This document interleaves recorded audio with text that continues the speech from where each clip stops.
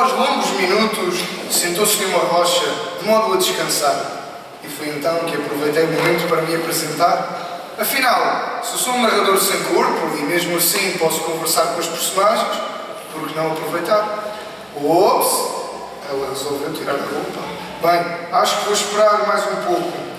Senti-me um tanto estranho ao vê-la tirar a roupa, as suas formas tão quentes, entrando no rio de modo a aliviar-se da transpiração e do cansaço. Ah, raios de história em que não tenho corpo. Apenas posso ver e nem sequer sei como me aliviar. Se o deus Marte podia orgulhar-se dela, a sua sensualidade era ainda maior do que a da deusa Vênus. E pronto, uma vez mais ouvi o troar de um trovão que quase me deixou surdo e pensei que seria melhor não enaltecer qualquer mulher de forma igual ou acima da deusa. Já que tudo é tão bizarro, não quero que o seja ainda mais. Afinal, seria detestável ser um narrador sem corpo que mesmo assim se sente que se queima devido a uns pequenos erros. Após uns longos e deliciosos minutos em que a mulher se banhava nas águas serenas do rio, esta sendo muito bonita, embora não tanto assim quanto a deusa Vênus, e nisto ouvi a doce melodia de um roxinol. Estranhei o facto de os ramos das árvores que estavam próximas das margens se estenderem um pouco para baixo, como se quisessem olhar mais de perto para ela. Injuriado pela tamanha falta de respeito das mesmas em relação à jovem mulher, fiz surgir um grande vento que as despiu da maior parte das folhas. Se eu, como narrador, tenho certos privilégios, então posso muito bem usá-los. No entanto, devido ao susto e súbito frio, a jovem saiu do rio e vestiu as roupas, ocasião em que aproveitei para me apresentar e assim descobrir certas coisas pertinentes. Saudações, jovem. Não se assuste. Sou o narrador desta história e estou apenas a vaguear por estas terras de modo a descobrir quem são os personagens. Então diga-me, há quanto tempo é que me observa? Perguntou-me chateada. Há algum tempo. Vim a treinar com a espada e gostei tanto do seu estilo de luta Que me viu tirar as roupas e tomar um banho, não foi? Esperava alguma privacidade aqui e veio logo uma irmã espreitar-me. Desculpe, eu não queria. Mas meu, maldição! Será que só posso ter privacidade no quarto escuro? Gritou ofendida. Desculpe. Sinceramente, desculpa tu tens. Não queria fazer. Mas fez. Já agora, qual é o seu nome ou quero que lhe chame de boia? Eu Não sei. Sou o narrador. E não sabe o seu nome? Que raio de narrador é você para vir para esta história se nem sequer sabe o seu nome? Para ser narrador é preciso ter alguma maturidade. E isso vem com o tempo. Por isso, devo ser mais velho que você. Então só pode ser um velho pervertido que tem prazer em ver raparigas nuas. Não me diga que ficou ofendido quando eu fui a primeira a ser ofendida. Peço desculpa se pareceu que não a respeito e feri os seus sentimentos. Não voltará a acontecer. E em relação a eu ser quem sou, soltando um suspiro, voltou o vento levante e este começou a rodopiar em volta das árvores que estavam próximas das margens do rio, como se fossem fadas estonteadas pela vida. Com o imponente estrondo das raízes saíram do sol, pedaços de terra caindo como se de pouco importassem. Não levou muito tempo até que, por uma área de 500 metros ao nosso redor, todas as árvores se tivessem voar. A jovem Rosemary, visivelmente aturdida com a situação. Como pode ver, sou um narrador e nada menos. Estou a dar passos muito perigosos nesta confusa história. Sou um narrador, mas ainda tenho que me sujeitar a outras entidades, não apenas ao escritor. Que mais irá acontecer?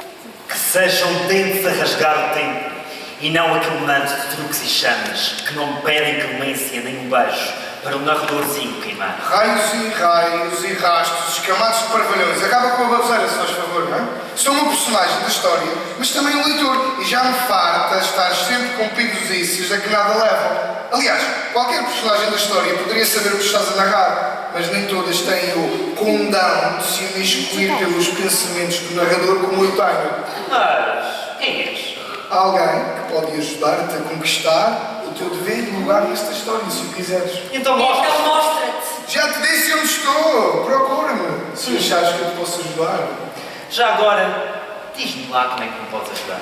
Não queres ter um corpo de modo a seres respeitado como um personagem merece, em vez de alguém que só tem uma voz? Sim, mas como é que conseguirias isso? Não seria eu, mas conheço alguém que o poderá fazer e só irei dizer se me encontrares. Mas sendo um narrador sem corpo, posso ir depressa para muitos lugares e ver tudo e todos sem ser visto. Agora, se eu tiver um corpo... O que é? Agora queres ser um pervertido voyeur? Que raio és tu? Sou um narrador, sem corpo, e por isso não sei como sexo. Não digas as neiras. Já todos sabemos que tu és um grandíssimo... Todos! Sim, eu, os leitores e leitores... Ah, pois, isso só interessa se alguém quiser comprar o livro. Já estava a ficar cansado de ouvir esta vozinha estúpida. Vozinha. Quem a raios pensava que era para estar sempre a chamar por nomes? Já não me chegava a ter de narrar esta história sem qualquer sentido. E agora tinha de escutar desaforos? Sinceramente, que se metam nas suas vidas e as tornem pacatas sem cometerem ao barulho. Quando tiver um corpo, tentarei desaparecer daqui e ir para os confins do mundo de modo a viver bem. Se eu... Que raios é aqui? Um fumo preto está a subir de um emaranhado de árvores e arbustos. Já estás a ver o fumo? Sim, De onde surge é onde estou. Depressa, ajuda-me a sair daqui. uma vez mais, usei o meu poder de persuasão para com a natureza. As folhas, os ramos e os troncos das poucas árvores que antes cobriam o lugar de onde o fumo surgia, depressa desapareceram, deixando surgir uma pequena clareira onde... Mas... Quem é aquela estranha criatura? Parece um bebê, com duas estranhas cabeças, mas sem olhos, orelhas, nariz ou lábios. A parte de baixo da mesma sente uma confusão de tecido e fartos cabelos castanhos. De repente, como se a surpresa não fosse grande, algo ainda mais inusitado aconteceu. Oh, disfarçada graça de trombolhos endemoniados! O que estavas a ver era o meu rabo! A única forma de saberes onde estava era dar uns peidos! Disse, após se endireitar, um homem tão pequeno que nem sequer chegava aos joelhos de um ser humano normal. Da sua cabeça pendia uma farda cabeleira acastanhada, as roupas sendo uma mistura de diferentes tons de verde. O meu nome é Sorry! O teu pai, quando a tua mãe lhe deu a conhecer que estava grávida, disse: "Oops, sorry." Palermo enjoado! Filho de uma mosca sem asas! Não brinques! Bem, como antes disse, não tenho poderes para te ajudar a te transformares num ser humano, mas conheço quem pode. Quem? O diabo!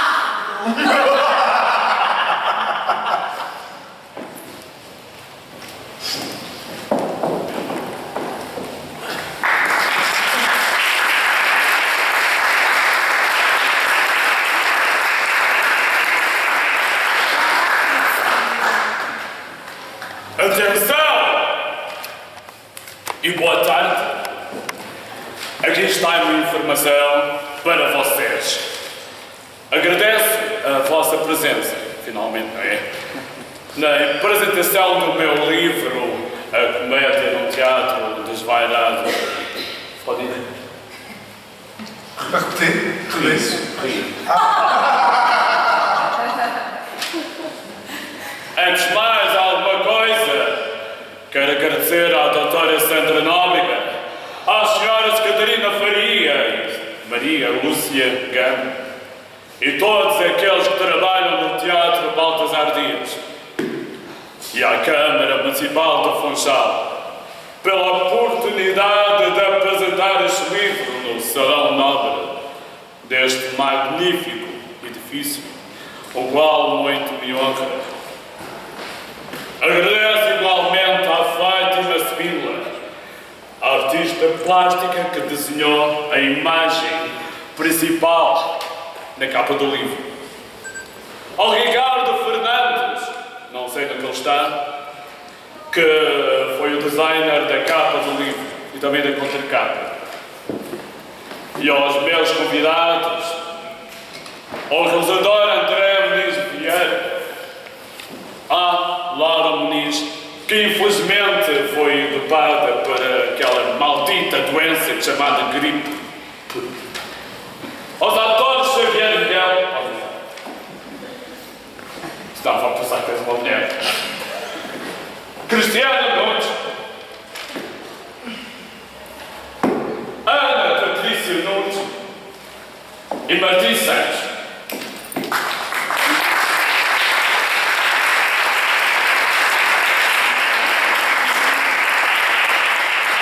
Pelo seu grandioso apoio nesta empreitada, tanto quanto lhes vai dar. Há muitos anos atrás, ofereceram-me vários livros em inglês. Como sabiam que eu sei ler inglês, foi muito bom para mim. Uns tempos depois, eu fui... desculpa. Comecei a ter uma relação amorosa com uma rapariga da Sérvia. E acontece que o avião foi da Madeira até Londres, de Londres até Belgrado, só podia ser bem aproveitado se lesse um livro. E neste caso foi The Lady or the Tiger, de Frank Stockton, um escritor norte-americano do século XIX. Um conjunto de fábulas grandiosas que muito me agradeceram. No primeiro dia, quando eu cheguei à Sérvia, estávamos dentro de um autocarro e eu, sem querer, enfim, deve ter dado uma cotovelada, porque eu disse, oops, sorry. Foi então que tive um lampejo. Eu vou escrever uma história com o duende não sorry. E apareceu este livro, um romance. Era para ser um conto, passou uma novela, daqui a depois um romance. Se calhar algum dia vai ser uma curta-metragem, uma longa-metragem, uma super longa-metragem, não sei. Mal voltei à ilha, comecei a escrever a história. Acontece que após alguns parágrafos fiquei bloqueado. Isso acontece a todos os escritores. Ficaram bloqueados, até porque o cabelo ficou bloqueado. Enfim, como vocês já sabem. Comecei a escrever a história e fiquei bloqueado. Foi então que eu pensei, por que não fazer com que o narrador interaja com os personagens? E os personagens digam ao narrador, vais fazer o que eu quero? Ou eu falo com o escritor e vais para o olho da rua? E claro, o narrador começou a ser um pau mandado, às vezes, mas outras vezes ele fez o que quis. O que ele fez, vocês vão ter de ler, portanto, eu não vou explicar tudo, senão era até a próxima semana, do próximo ano e não sei o quê. Bem, este é um romance em que as personagens são históricas, mitológicas, lendárias, abstratas, distorcidas, desvairadas. E é um livro o meu primeiro livro que deu um lampejo de comicidade, porque eu adoro comédia completamente. Acontece que os outros livros que eu tinha editado antes eram dramas.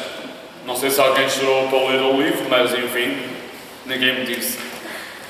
Disseram que era mais ou menos bom, não sei o quê.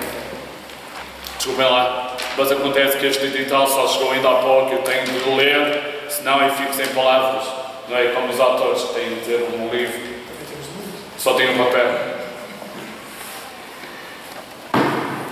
E assim, eu escrevi do final de 2008 até meados de 2013. Acontece que entre esses anos também escrevi contos que saíram no meu terceiro livro, O Cortejo das Virtuosas Solenidades, e no meu sexto livro, Relíquias Poéticas e Antiguidades. porque eu queria que fosse editado por uma editora. Houve este tempo de espera, este compasso, que sinceramente engrandece-me, faz-me muito feliz ao saber que foi através de uma editora que eu posso confiar até agora. Edições Horas.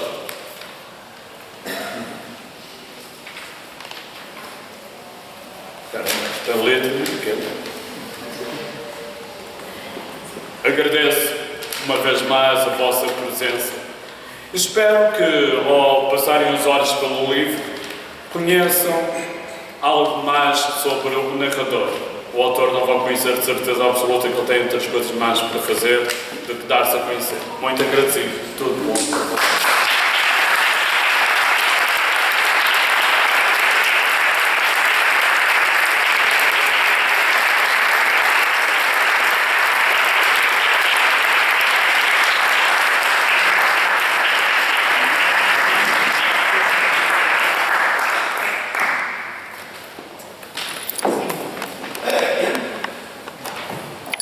E agora?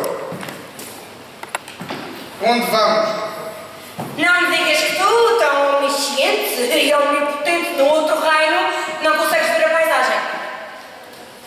Corre para onde quiseres e quando lá chegares, dita favores e orgulho. Tome cuidado com as palavras que cospem fogo. São a sede de muitos demónios. Corre, corre, ao insano vento, se não correres a tua perda e lamento. Porque dos meus lábios não saem suspiros, apenas cobardes riquezas e longos gritos. Acordei como alguém a acariciar-me a face. Uma leve cantoria adocicando o meu despertar, como se pretendesse que eu me sentisse o mais confortável possível. Era uma bela mulher, de longos cabelos louros, os olhos azuis mantendo um terno brilho, o sorriso privilegiando-me como uma sensação um tanto desconcertante.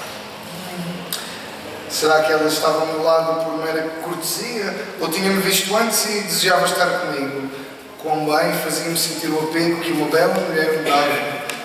Sem sentir e dizer coisa alguma, senti o toque dos seus lábios na minha face, inebriando o meu espírito a deixar de parte qualquer pergunta. Fechando os olhos, imaginei que era Rosemary ao meu lado, o seu toque sendo o que o meu coração pedia. Ouvi a voz da mulher que imaginava. Após ela bater na porta, És um porco, fim de santo! aí a indecisão surgiu porque se ficasse neste quarto não poderia falar com Rosemary e se avançasse talvez fosse morto.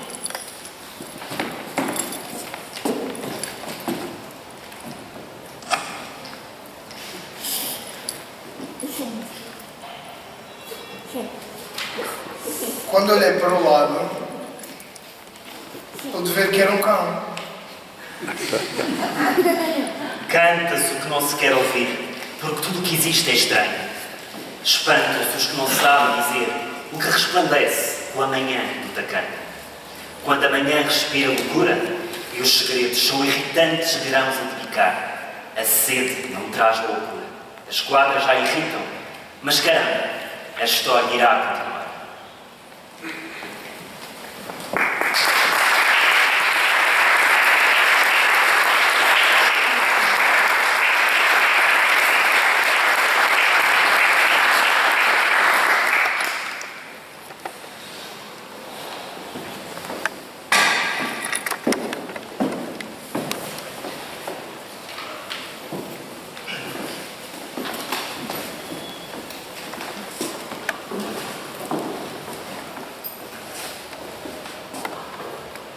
Como a Laura Muniz não está, boa tarde, eu vou ler aquilo que ela escreveu no livro, como prefácio.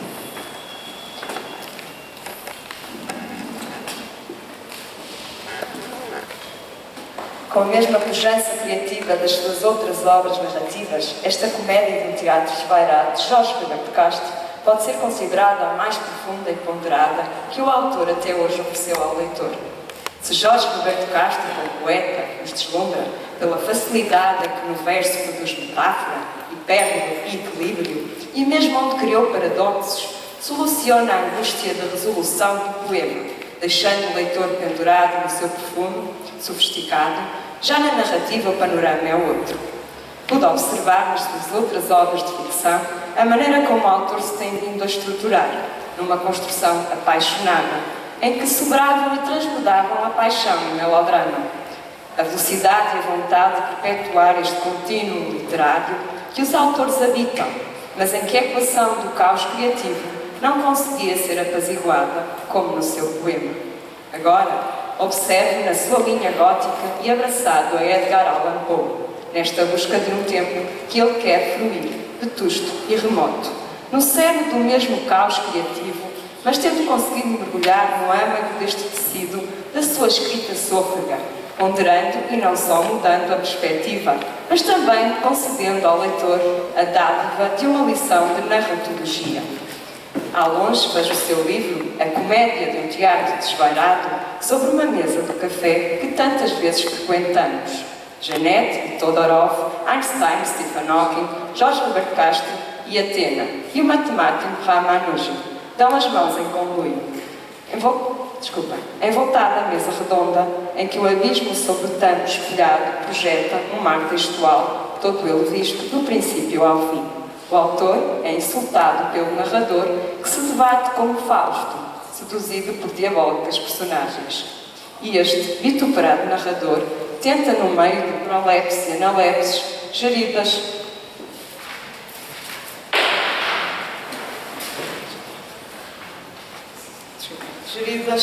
nem pelo autor, nem por ele mesmo, atónito e frágil narrador, que quer ser filho de Gepeto e quase nos diz: voglio essere un bambino vero, obrigado pela prepotência de figuras criadas pelo autor, que no decurso da narrativa se libertam e insurgem com teimosia, em rebeldia, e o obrigam à revelia do autor a mudar o desenrolar deste enredo.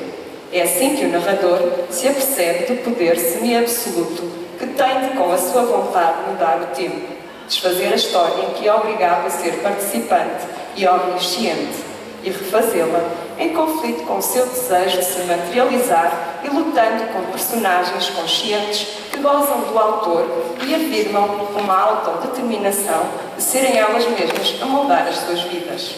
Nós existimos, e tal como este narrador fictício, daríamos a alma se a tivéssemos, para gritar no interior do texto a nossa veracidade e uma existência real. É o que nos dizem. E do Olimpo do conhecimento, sentados em volta dessa mesa, olhando esse mesmo mar conturbado, esse país do século XVIII, os deuses da ciência e do tempo, da física e da matemática, da sabedoria e da criação literária, preparam-se para mergulhar e escrever a equação perfeita ou a pergunta perfeita, e mergulharão, porque neste plano, como nesta comédia, temos todos noção de que somos personagens rebeldes, filhos de um autor que nos quer narrar, mas que não assume nem a sua existência nem a culpa, quando o acusamos das falhas na sua narrativa e contra o qual nos insurgimos sempre, e contra quem também nos rebelamos sem ver o rosto. Nesta narrativa, onde se pudéssemos, invocaríamos o Deus da prolepse e da analepse para saber tudo. Mas somos todos, como as das personagens de Samuel Beckett, privados de respostas, aguardando dentro do tempo Godot alguém que nunca chegará ou alguém que ainda não somos. Resta-nos agir ou paralisados e esperar. E se agirmos, sabemos desta ilusão. Vivemos no tampo da mesma mesa, num microcosmos que imaginamos macro, para acharmos que não temos autor ou pelo menos ignorá-lo enquanto pudermos. A incursão na narratologia, nesta experiência literária de Jorge Roberto Castro, não é apenas uma lição de reflexão para estudantes famintos e leitores fartos de histórias com desfechos previsíveis. É também um tratado filosófico sobre a existência. O maior elogio que se possa fazer à loucura de sabermos que existimos sem nada saber. Laura Muniz.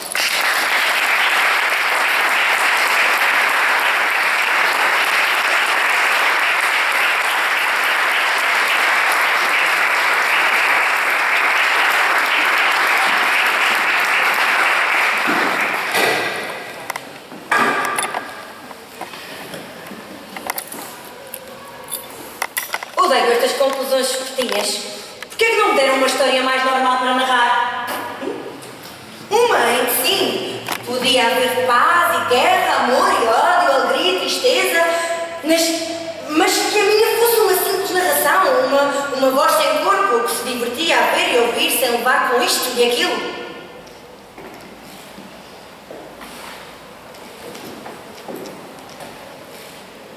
Saí da sala quase abruptamente, despedindo-me como se o encontro a um acaso fosse, antes que a condessa se apercebesse que as minhas últimas palavras tinham sido ditas de forma menos cavalheiresca. Já estava farto dela e de todas as situações em que me envolvia, como se eu não fosse capaz de mandar na minha própria vida. Que miséria de vida é esta, em que tenho de vir com as palavras que um escritor, notoriamente incapaz de maiores feitos, não consegue. Certo é que ele surge com as situações, mas eu é que dou destino à explicação das mesmas. Se fosse um verdadeiro escritor, já saberia como conduzir a história para que o narrador tivesse um corpo e pudesse participar da mesma de forma normal. Caem os céus e surjam outras encostas. Que venha a chuva e beijos mortais. Que o vento seja no sul e liberte a arte. Mas não há que fugir com a incompreensão. Maldito o vento que vir aqui parar.